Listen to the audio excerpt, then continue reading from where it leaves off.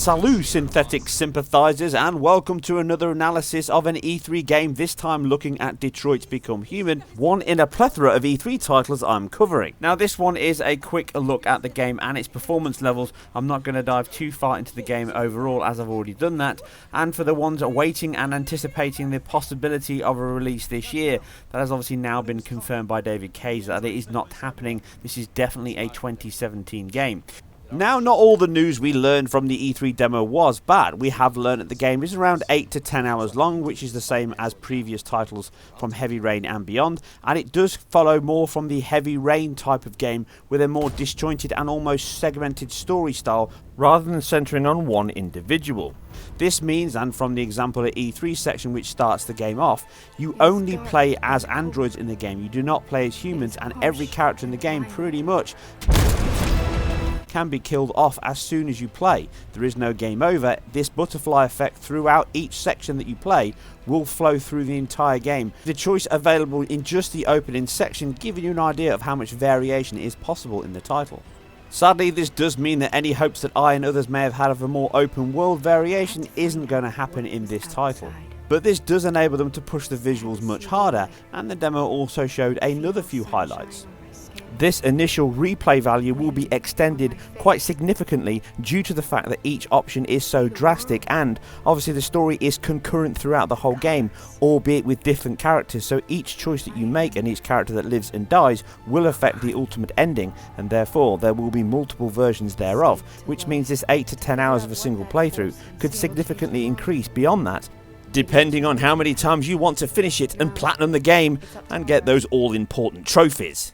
So now the gameplay is clear and consistent from what we can expect. We can also see that the in-engine trailer we saw last year at the Paris show has now been significantly improved and obviously delivered here on the final PS4 hardware we see this running on. All of the tantalising treats that we saw in that trailer are ever present here, with bokeh depth of field, motion blur and per object motion blur, screen space reflections, beautiful and varied lighting, lens flare, subsurface scattering across all characters' faces and skin, and obviously motion captured characters and facial scans to bring all of the characters into the game. And ironically, Harrison Ford was unavailable for this game, so David Cage took the next best thing and employed a guy called Deckard anyway. How poetic.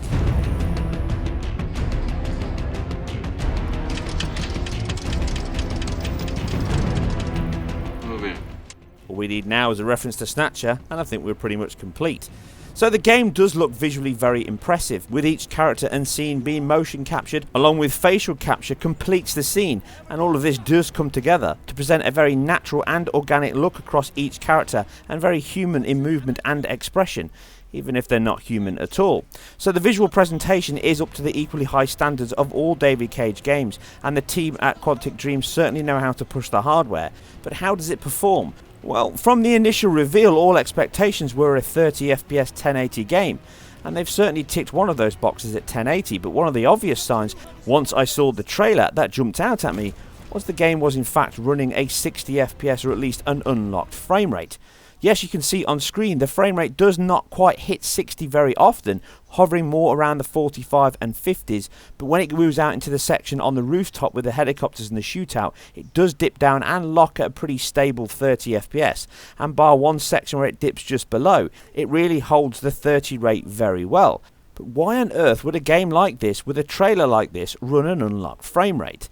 And the answer is quite simple, I believe. This game is rumoured to have released this year and PSVR. Well, we already know it's not going to release this year, but I think VR is very much still on the cards, hence the unlocked frame rate.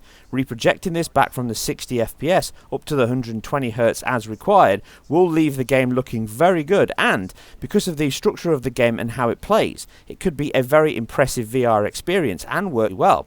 As we saw at the recent E3 reveal, many games from Sony are obviously going to target VR options or additions to the game, like we saw with Star Wars Battlefront and obviously Batman.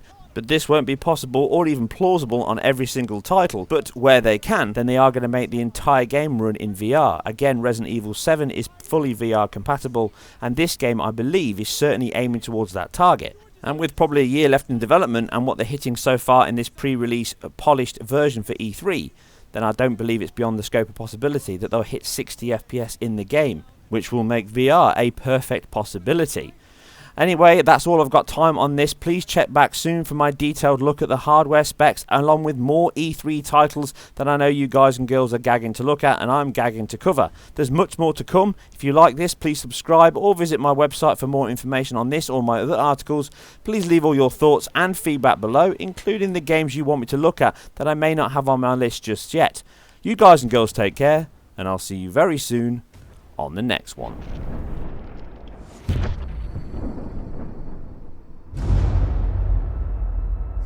You lied to me, Connor. You lied to me.